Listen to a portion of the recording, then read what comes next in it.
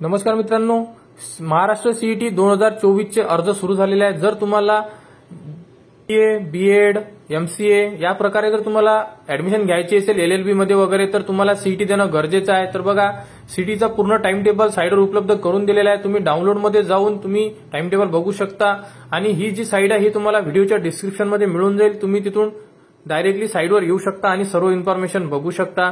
तर इथे time table सुद्धा दिलेला आहे। टाइम टेबल मध्ये तुम्हाला जी सीईटी द्यायची आहे आणि तुमचं एज्युकेशन बघून तुम्ही सीईटी देऊ शकता। तर यामध्ये टाइम टेबल सुद्धा डाउनलोड करून घ्या आणि टाइम टेबल सुद्धा बघून घ्या।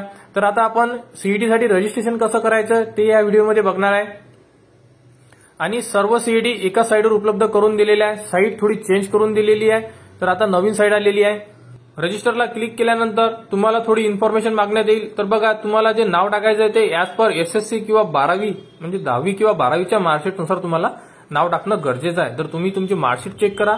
तर तुम्ही सीबीएसई बोर्ड असेल तर तुमचं नाव स्टार्टिंगला तुमच्या नावापासून सुरुवात होईल आणि तुमचं जर महाराष्ट्र बोर्ड असेल तर तुमची स्टार्टिंग तुमच्या सरनेम पासून सुरुवात होईल, हे लक्ष असू द्या।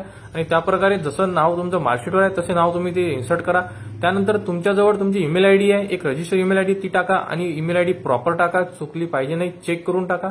त्यानंतर एक इथे कोणताही पासवर्ड सेट करा जो तुमच्या लक्षात राहील, कारण तुम्हाला लॉग इनसाठी हा पासवर्ड नेहमी लागणार आहे। तर तुम्ही इथे तुमच्या नावाचं वगैरे तुम्हाला जसं सेट करायचं आहे तुम्ही तशा प्रकारे इथे पासवर्ड सेट करू शकता।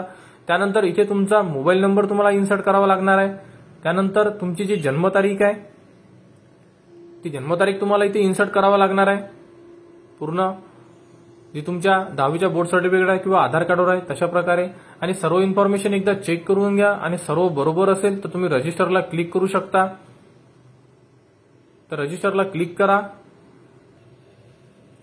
रजिस्टरला क्लिक केल्यानंतर तुम्ही मेन प्रोफाईल जे आहे त्याच्यामध्ये लॉग इन होणार। लॉग इन झाल्यानंतर तुमच्यासमोर सर्व इन्फॉर्मेशन डिस्प्ले होईल, रजिस्ट्रेशन, प्रोफाईल, सर्व गोष्टी, हॉल तिकीट वगैरे।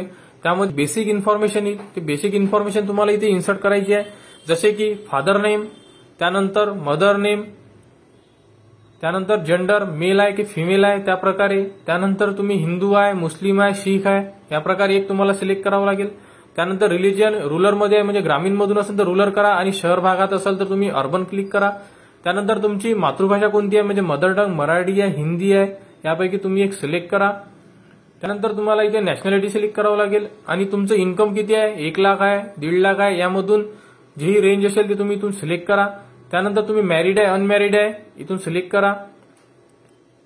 सर्व इन्फॉर्मेशन एकदा चेक करून घ्या जी तुम्ही टाकलेली आहे आणि त्यानंतर तुम्हाला इथे तुमचा ऍड्रेस टाकावा लागेल जो तुमच्या आधार कार्डवर दिलेला आहे। तर आधार कार्डवर दिलेला तिथे ऍड्रेस तुम्ही इन्सर्ट करा, त्या ऍड्रेस टाका आणि महाराष्ट्र, त्यानंतर डिस्ट्रिक्ट, तालुका, विलेज या प्रकारे सर्व इन्फॉर्मेशन तुम्ही इथे नमूद करा। त्यानंतर पिनकोड दिलेला आहे तो पिनकोड तुम्हाला इथे टाकणं गरजेचं आहे आणि तुमचा मोबाईल नंबर तुम्हाला इथे टाकावा लागेल। सर्व इन्फॉर्मेशन एकदा चेक करून घ्या, कोणती इन्फॉर्मेशन सुटली असेल तर तुम्हाला परत तिथे एरर येईल आणि ते तुम्हाला तिथे इन्सर्ट करावी लागेल। आणि वर टाकलेला ऍड्रेस जर तुम्हाला परमनंट मध्ये तोच टाकायचा असेल तर तिथे सेम ॲज परमनंटला क्लिक करा। त्यानंतर तुम्हाला इथे विचारण्यात येत आहे की डोमेसाईल इन महाराष्ट्र, तर यस करा जर असाल तर, आणि मायनॉरिटी डिटेल्स दिलेले आहे। त्यानंतर डिसेबिलिटी म्हणजे हँडिकॅप आहे किंवा नाही त्याबद्दलची इन्फॉर्मेशन दिलेली आहे, तुम्ही असाल तर यस करा, अदरवाईज नो करा। त्यानंतर एसएससी बद्दलची इन्फॉर्मेशन विचारण्यात आलेली आहे तुम्हाला। तर एसएससी तुम्ही कोणत्या वर्षी पास झालेले आहे हे तुमच्या मार्कशीटवर दिलेलं आहे, त्याप्रकारे तुम्ही इथे वर्ष टाका। वर्ष टाकल्यानंतर तुम्हाला इथे पर्सेंटेज विचारण्यात येईल, ते तुम्हाला इथे पर्सेंटेज टाकावे लागणार आहे।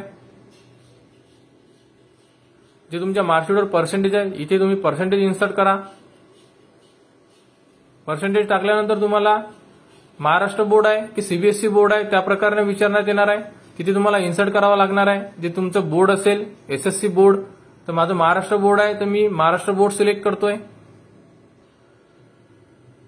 त्यानंतर तुम्हाला विचारायचं आहे सिलेक्ट एसएससी स्टेट, तर तुम्ही महाराष्ट्रामधून पास असेल तर इथे तुम्हाला 12वीची इन्फॉर्मेशन विचारलेली आहे। अपेअरिंग एसएससी एक्झाम इन 2024 म्हणजे तुम्ही 12वीला शिकत आहात का, तर यस करा।